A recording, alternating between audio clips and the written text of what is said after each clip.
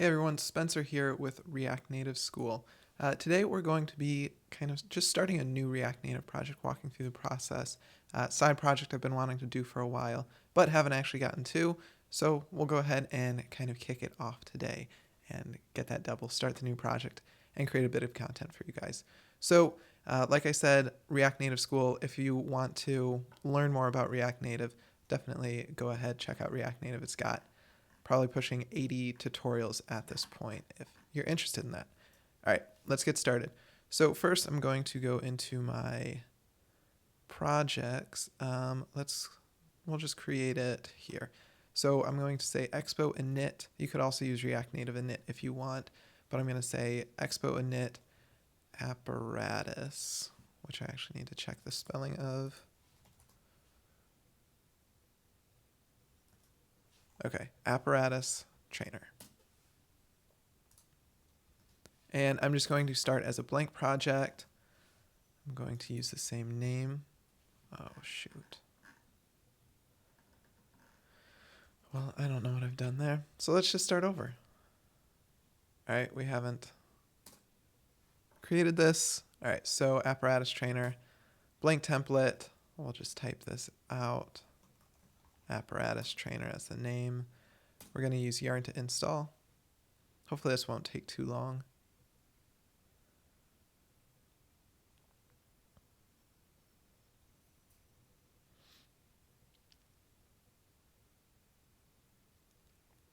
All right, and I'm using Expo. I typically always use Expo to start a new project just because it's really fast, it's really easy, and they do 80% of the stuff I need to do with it. All right, so now that we're in the project, I'll go ahead and open this up. I'll just go to the screen so we can make sure we see everything.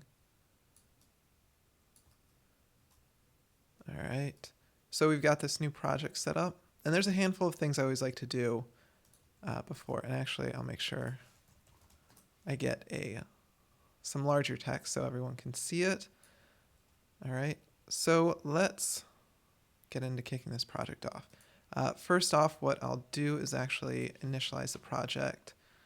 So I'll add everything, git commit, init project. Okay, so first thing I always like to do is set up ESLint and Prettier just so I have it. I've got an ESLint config handlebar labs, which is just kind of my preferences of doing it. If you go through my courses or anything, I'm starting to use this a lot more, so it's something you could use if you want to. So with that, we'll install ESLint and ESLint config handlebar labs. So I'll go to here, and I'm just going to use yarn. So I'm going to say yarn add dash dash dev ESLint, ESLint config handlebar labs, and Prettier.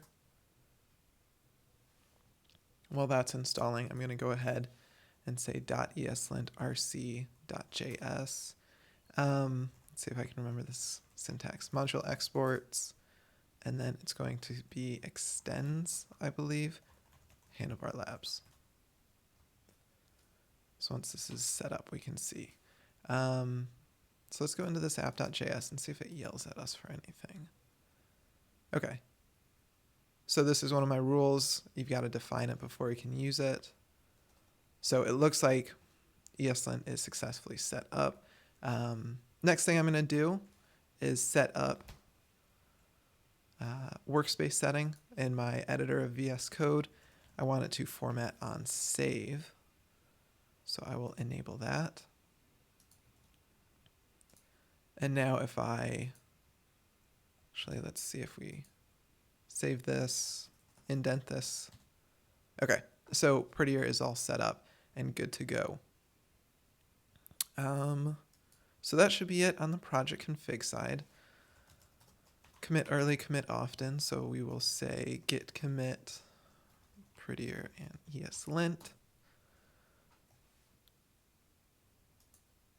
Let's see.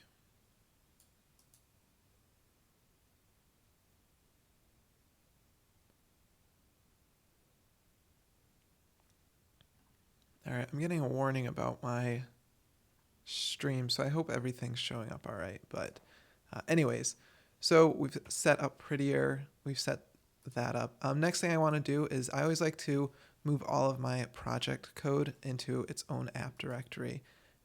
It just keeps everything nice and clean. So what I'll do is create an app directory with an index.js. I'll copy over what's in app.js. I'll save this, and then I can just go ahead and delete this app.js.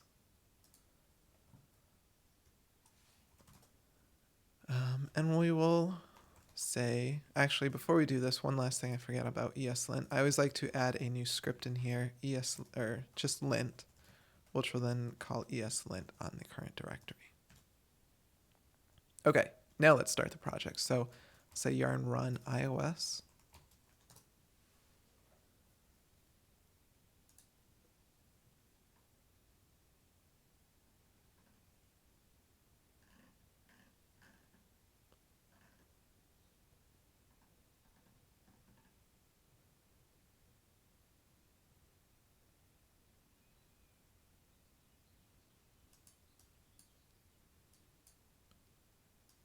And I guess while this is starting up, we can go ahead and start setting up our project structure. So I'm always going to have a screens directory, and that's going to represent each screen in the app.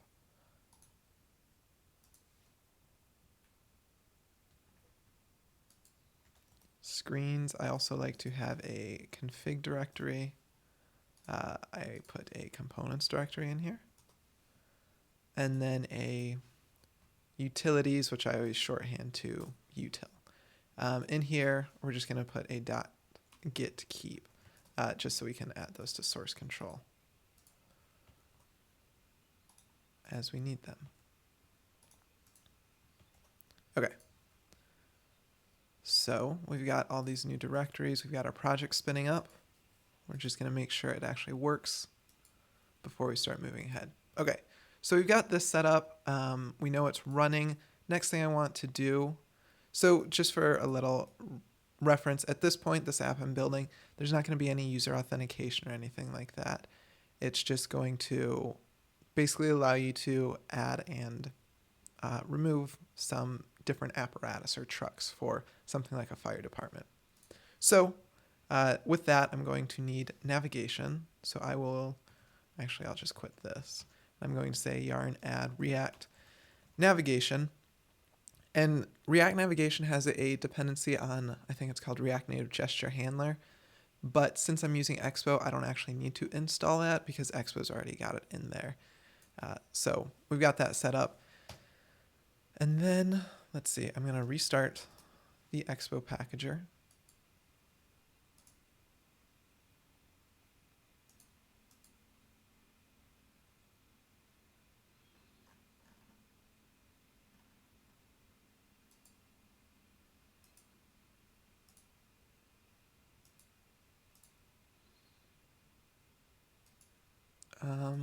This should be good to go. So next thing we'll do, we're actually going to add another directory in here.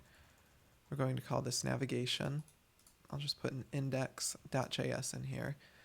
So what screens are we going to have? So I'm just going to like plug in all of the screens roughly to get started. So I need to figure out what I actually need. So we're going to have a, let's say a orglist.js. We're going to have a stationlist.js. We'll have an apparatus list.js. And then finally we'll have a tool list.js. So these are kind of the screens that we go through. We're going to go from org list to station list to apparatus list to tool list for a little bit of reference there. So what we can do, let's start with our org list. We're going to import React, and then we'll import a view text and a button.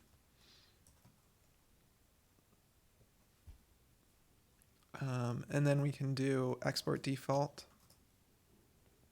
We're going to put a view in here with a style of flex1, align items, center, justify content, center. In here, we'll then put a text component that says org list screen. And then we'll add a button in here. The title of this will be go to station list. And then on press, we're going to say navigation.navigate to station list. So navigation is actually going to come to us from React Navigation. And since we've got that set up, we can actually go ahead and start setting up our navigation. So what I've got is import create app, actually get the autocomplete working, from React Navigation. We are going to import create app container and then create stack navigator. So we will have a main stack, which is going to equal create stack navigator. This stack navigator will have the org list in it. Import org list from /screen/org list. All right, and then we'll just do the most basic version of this org list. And then we can say export default create app container main stack. Okay, so app we're building is just a little training app for someone to learn different tools and apparatus or trucks within like a fire station. We're just kind of kicking off this project, getting it started today. So I just finished up setting up our navigation, or a basic version of it. So what I want to do now is basically replace this index.js screen with it. So what I'll do, I always like to continue rendering a component here. That way if I have like deep linking or something I want to set up, I've got this component here. So what I'll do is actually delete that because we're not going to need it. We're not going to need any of this. And then I'll import navigation from ./navigation. And then from here, we can just go ahead and return navigation. So we should have our header bar and a basic screen if things worked out.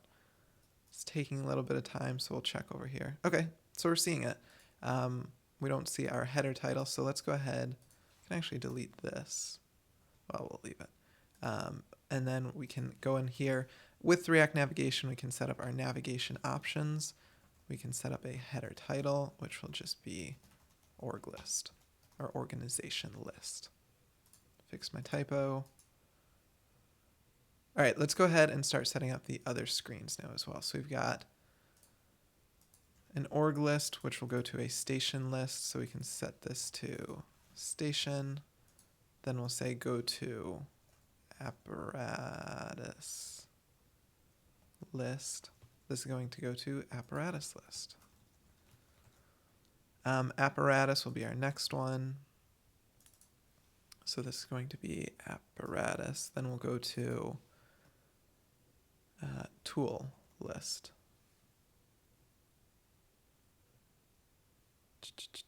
Okay, go to tool list, tool list. Okay, so that should be set up. Now we can go ahead and actually plug those into our navigation. So we've got 4 lists. We've got the station list. Then we've got a apparatus list. And finally, we've got a tool list. Let's go ahead and plug all of these in.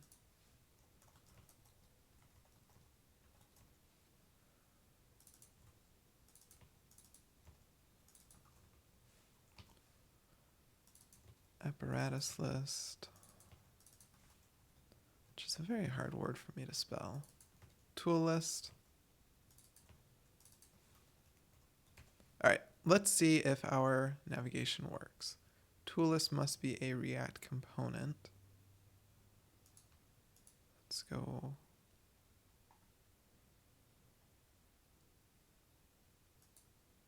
Oh, we forgot one. So apparatus list, just go ahead. This one's not going to navigate anywhere, so we can just go ahead and get rid of that screen. Or sorry, that button rather. Okay, so if we click through, we've got our org list. We can go to our station list, go to apparatus list, go to tool list. And we've got our navigation setup, which is kind of at the core of all of this. So that's kind of the way this data structure is going to work. An organization or a department is going to have multiple stations. Each station is going to have multiple apparatus/trucks, and each apparatus is going to have multiple, each apparatus is going to have multiple locations on it, and then we're going to have each location on an apparatus is going to have tools. So we need to add one more screen. We are going to add, let's just say, we're going to call it locationslist.js. So locations list is going to come after an apparatus list. So we're going to change tool list to location list.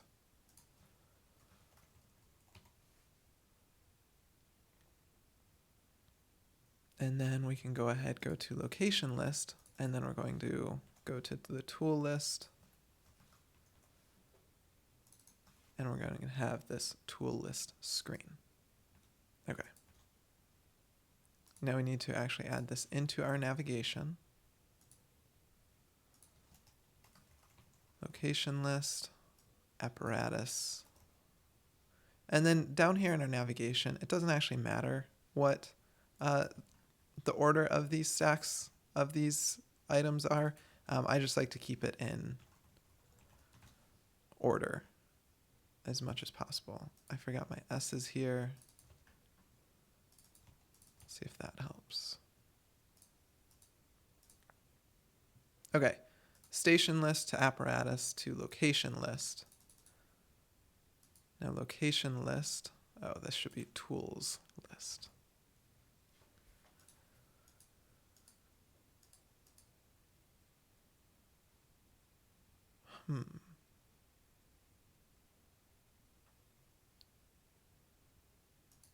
So on apparatus, we're going to, oh, I forgot that S again. Station, apparatus, location, tools. Tools isn't working now. What's going on here? Okay, because this one sometimes I am not consistent with what's plural and what's not. Okay, let's try this one more time. Okay, we've got all of our screens set up here. We've got one typo though. On location list, this should be location list screen. Okay, going to the station list. All right, we've got everything set up. Actually, looking here, wonder why. So if we look at the back button, we can see back to org list, back to station list. Maybe apparatus is too long because it's using just back instead of what the previous screen name is. That must be what it is. Okay, anyways, I think that's going to be it on setting up this project today. Like I said, just going to kick the tires or get the tires going. For this project, what we did was go over our basic project structure, set up ESLint and Prettier, and got all that set up.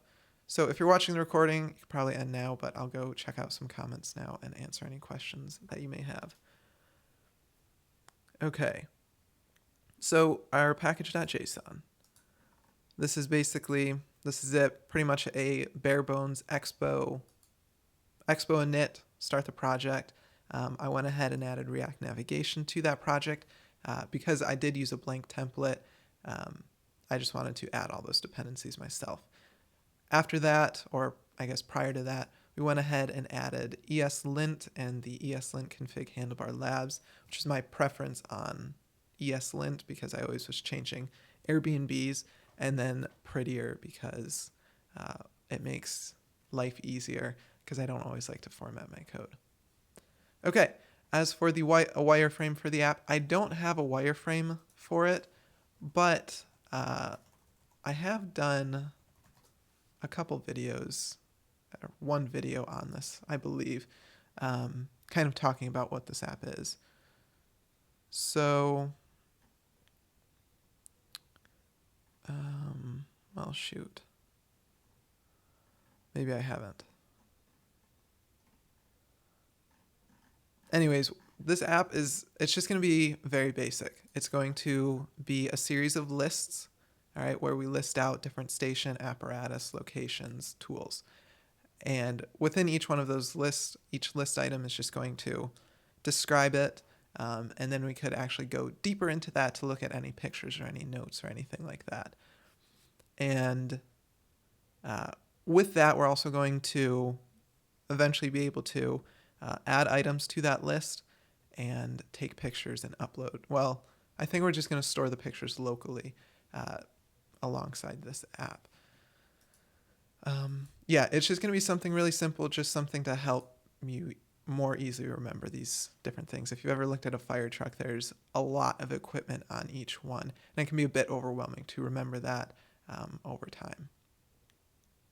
As for Redux, I haven't decided what I'll use for state management. I don't know that I'll need to. Redux might be a bit overkill, but given that this app is primarily going to, at least the initial version is just going to be completely offline, I might use Redux so that I can tap into Redux persist easily and just use all of that stuff, especially looking forward where as requirements for this app kind of build or grow or change, with Redux persist, you can go ahead and set up migrations for your locally stored information, which could be beneficial. So short answer to your question is yes, I do plan to use Redux.